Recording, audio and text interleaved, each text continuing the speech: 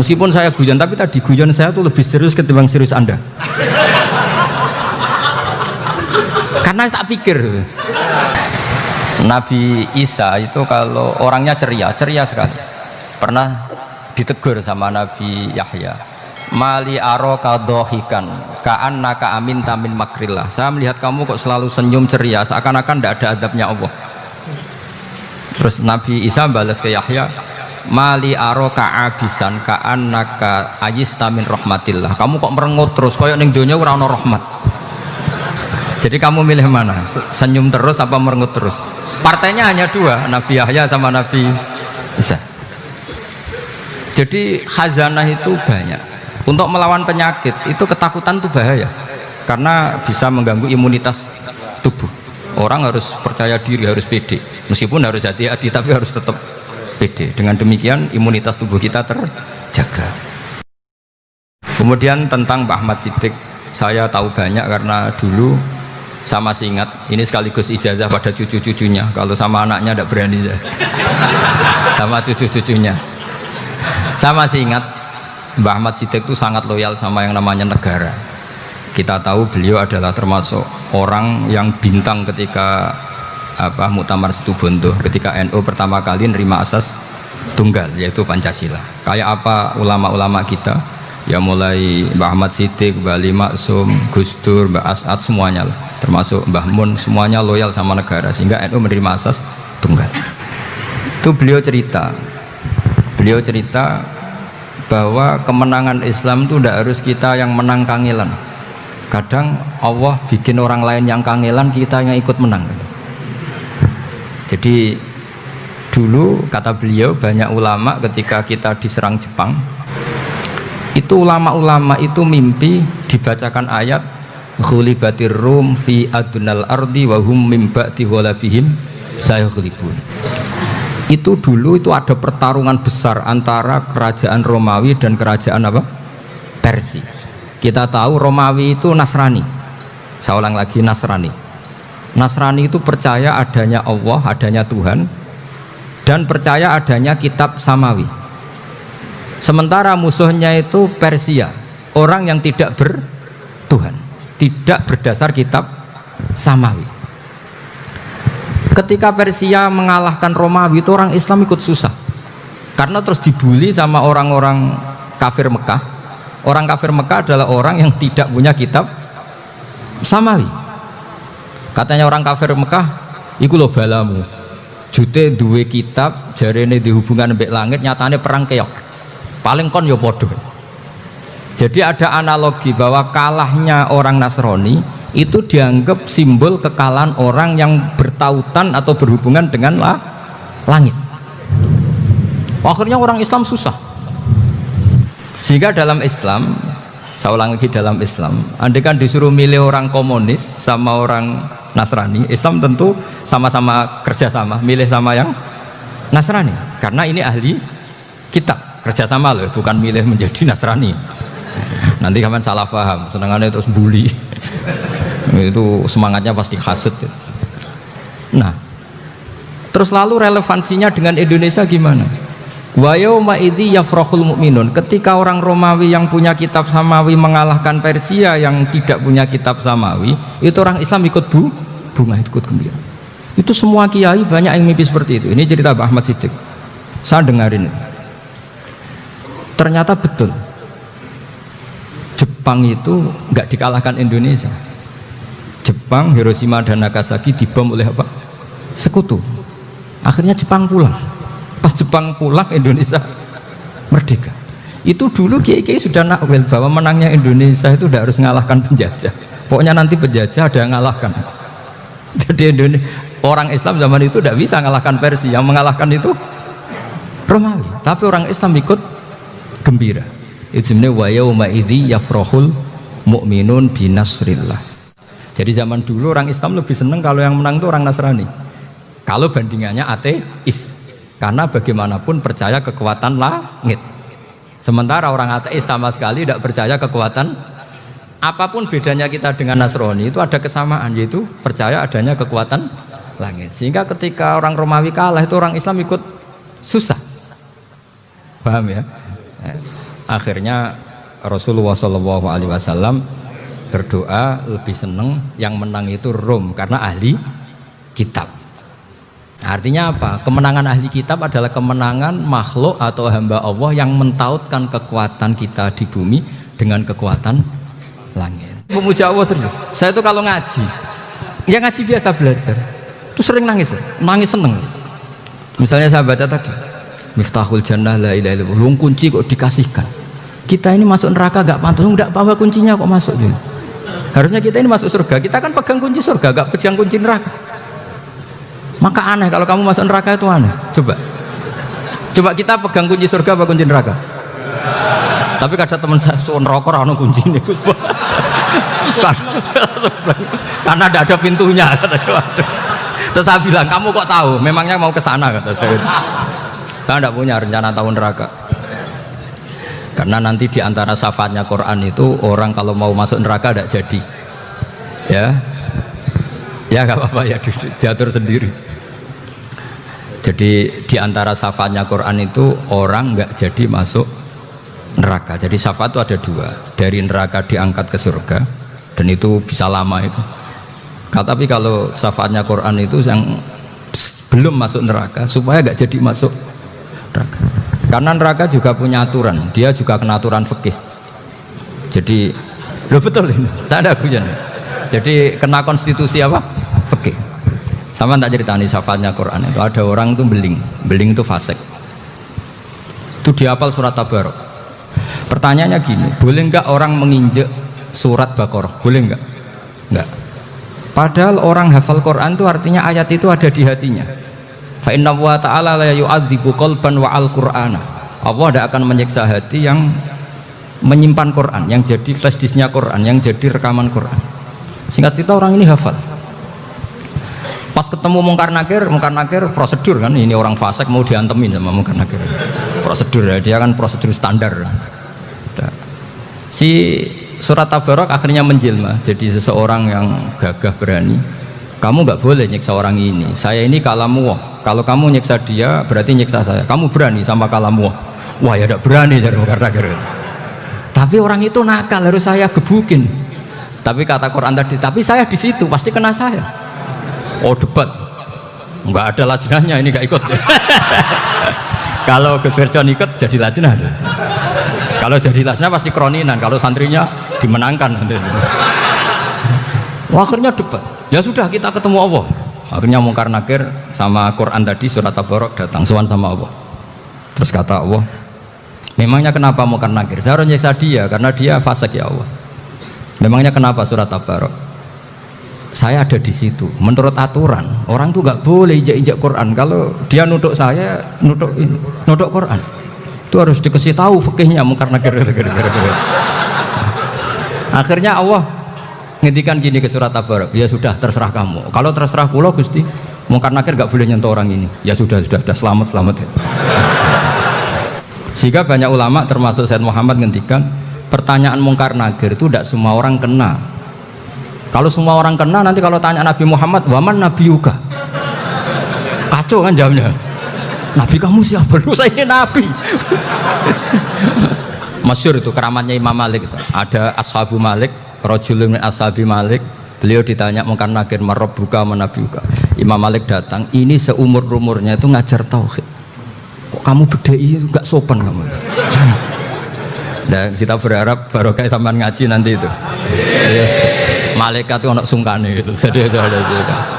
Dan saya meskipun guyon itu serius. Bedanya orang alim sama ndak itu di situ. Kalau orang alim itu guyon itu masih bener, masih serius. Coba saya bacakan ayatnya. Ala inna auliya Allahi la khaufun alaihim wa lahum yahzanun. Terus lahumul busyra fil hayatid dunya fil akhirah. Artinya kalau Mungkar Nakir dengan penampilan garang gitu, berarti ada ketakutan apa enggak? Ada. Padahal ciri utama walinya Allah tidak ada ketakutan. Makanya itu termasuk dalilnya Sayyid Muhammad, tidak semua orang alami seperti itu karena wali-wali itu la khaufun alaihim wa lahum yahzanun. Wah anak kiai ketemu karena kerja buat tidur wedek. Iku rezeki ora kok pertanyaan itu nak konan santri piye. Lho isen wis kiai dihanjuti Mungkar Nakir. Malu gak kira-kira? Mesti pelengahan konan santri piye. Nak jawabannya gampang karena pernah ngajar tauhid. Makanya Sayyidina Ali ini cerita ini ada di kitab Nurul Dholam, sama di kitab Nurul Dholam karangannya Syekh Nawawi Banten. Itu Sayyidina Ali itu ya, andai kan orang biasa mungkin ya agak-agak hasut, tapi ini wali gak boleh kamu katakan hasut.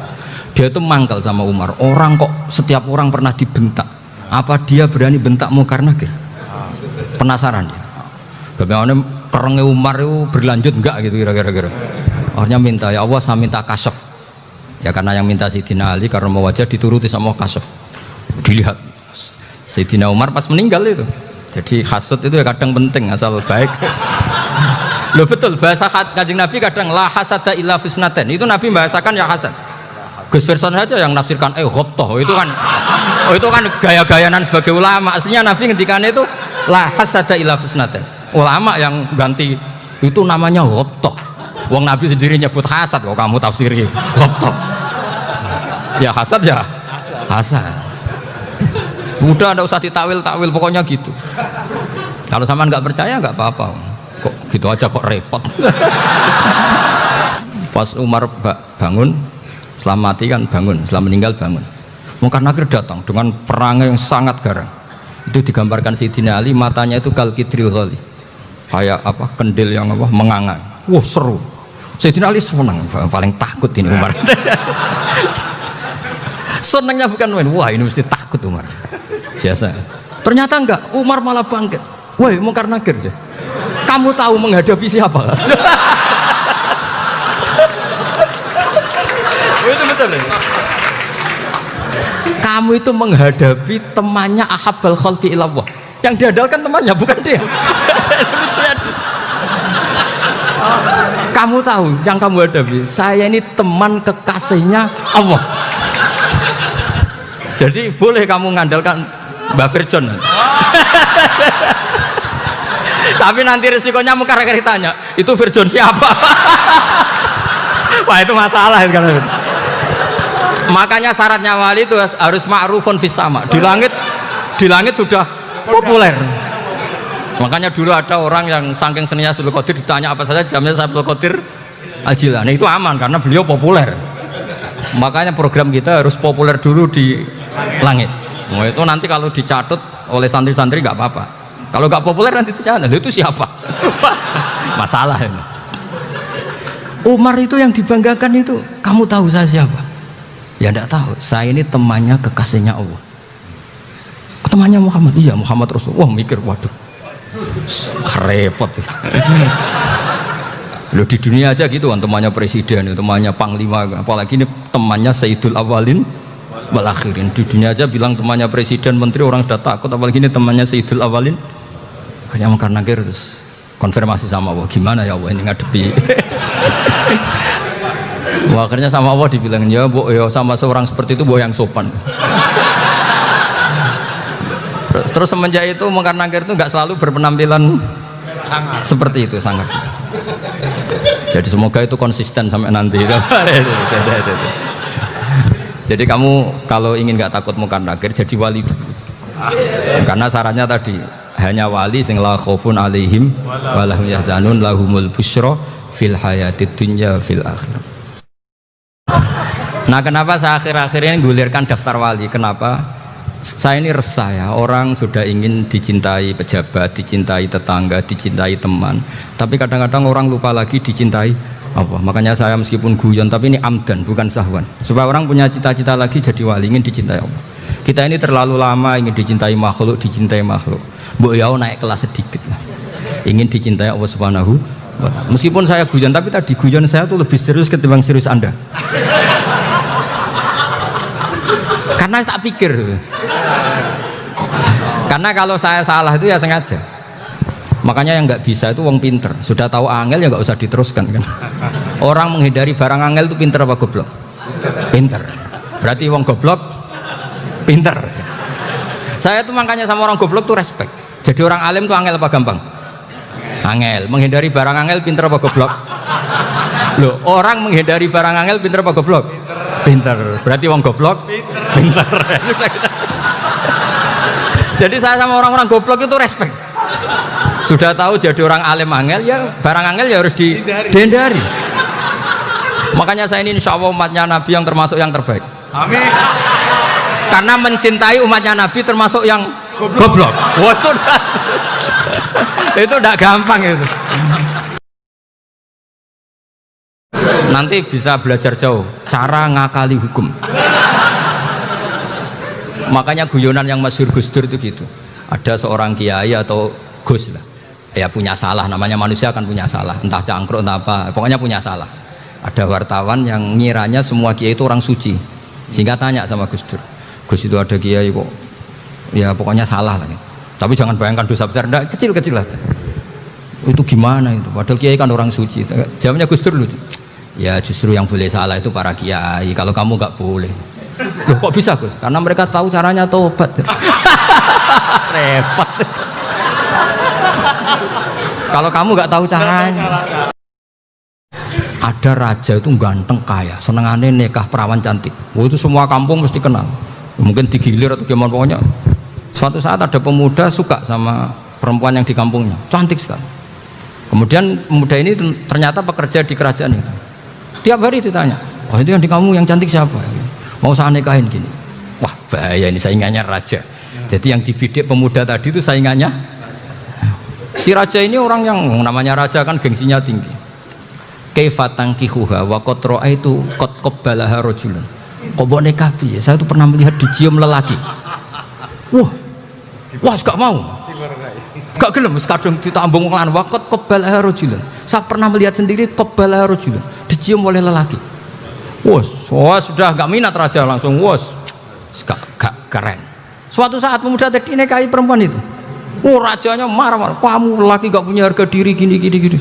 Gak punya selera, gak punya harga diri, sudah pernah dicium orang kok tetap dinikah. Terus bilang ke raja, ta'rif manir rajul, lelaki itu siapa? Abuha. Kamu tahu lelaki itu siapa? Sopo? Abuha.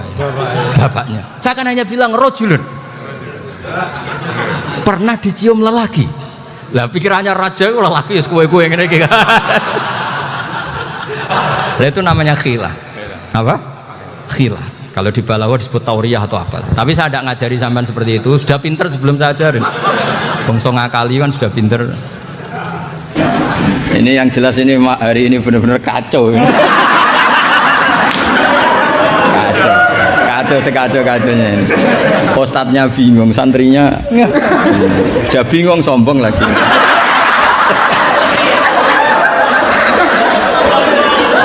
Yang boleh sombong tuh yang sudah ada bingung-bingung.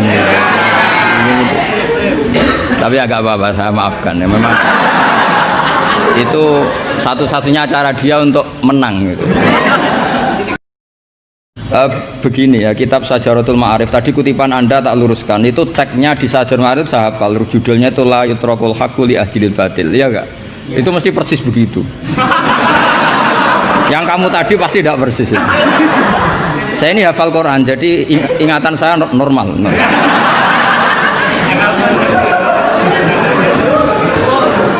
Terus berhalanya namanya apa? Saya ingat kalau berhala yang di Safa dan Marwah, Isaf dan Nailah. Kamu enggak ingat? Udah ingat apa dah? Gitu kok jadi guru.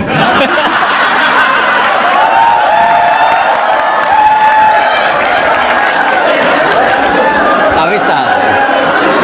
Jadi maksudnya itu mungkin jadi gurunya sah karena muridnya lebih bodoh. Tapi yang nggak sah itu gini loh, wong kelas gitu kok melawan saya itu. Itu sangat nggak sah ya. Raja wali sudah ada Abdul Qadir, raja ulama ada Izzuddin bin Abdis Salam. Kayak raja bodoh itu terlalu banyak, makanya kompetisinya susah ini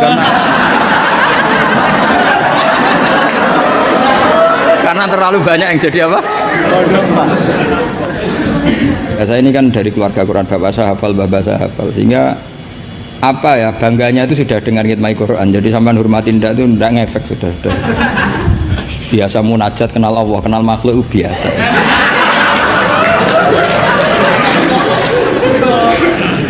Biasa ma'rifatullah dijak ma'rifatul khalqi. Tapi nanti setelah sampean alim dan bakat jadi wali, dan sampean belajar kitab Qawaidul Ahkam itu pasti milih sholat. Saya semenjak belajar kitab itu ya milih sholat, tapi tidak usah dimafhum apa dulu tidak sholat, tidak usah seperti itu. Itu mafhum yang salah itu, yang berbasis suudzon. Jadi mafhum seperti itu salah, ya masalah itu. Suudzon itu masalah. Nanti kamu protes, oh Barun itu daratan Gus, kalau Birun itu kebaikan. Aku itu macaku kamus luwih suwi, bocah kok sembrono. Sama nggak cocok ya harus bersaing, jangan geremeng tok. Gus Bak sombong, enggak ada usah bilang gitu, saingi saja. Makanya saya terkenal alim itu seneng, karena senengnya itu tadi, yang ngidolakan saya ingin ikut, yang hasut kompetisi, jadi seru. Jangan yang hasut nyantet, wah itu nggak fair itu. Kamu doa di saat istijabah, ya Allah saya ingin mengalahkan Gus Baksa itu dengan doa itu. Tapi tak jamin nggak mustajab, karena sudah berbasis ghil, kebencian. Doa yang berbasis hasud pasti tidak mustajab. Ya, sulit.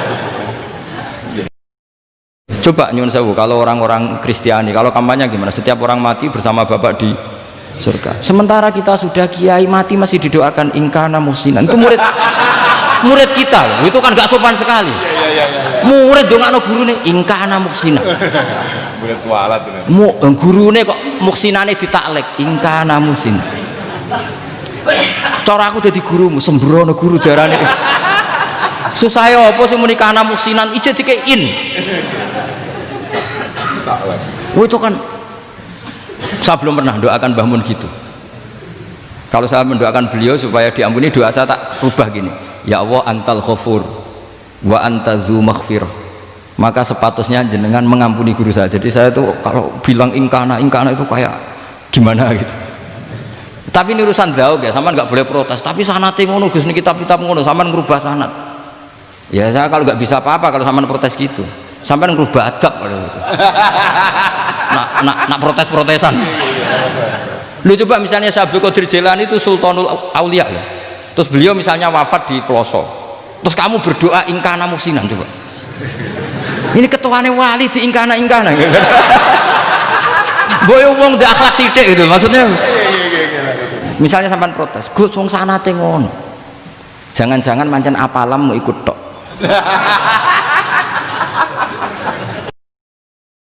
Loh Imam Syafi'i itu kalau doain mayit, ini sekaligus ijazah tapi haram ditiru. Ya tapi ijazah tapi haram ditiru. Imam Syafi'i itu pernah ngecewakan seseorang karena beliau itu idola, ada orang meninggal beliau diminta rawuh. Doanya hanya gini tok, ya Allah, Engkau itu tetap menjadi Tuhan meskipun tidak menyiksa orang ini. Jadi menyiksa orang ini tidak kebutuhan Engkau. Kalau tidak jadi kebutuhan Engkau ya tidak usah dilakukan Gus. Itu terus pulang keluarganya gerembeng, iki piye donga ngono tok. Tapi satu keluarga itu diimpeni mayit itu diampuni gara-gara doanya Imam Syafi'i. Jadi kalau saya doain guru-guru, ya Allah sifat ghafur Engkau itu pasti efektif, nggak mungkin sifatnya jenengan kok boten tembus. Ya sudah, ya seperti itulah ya Allah.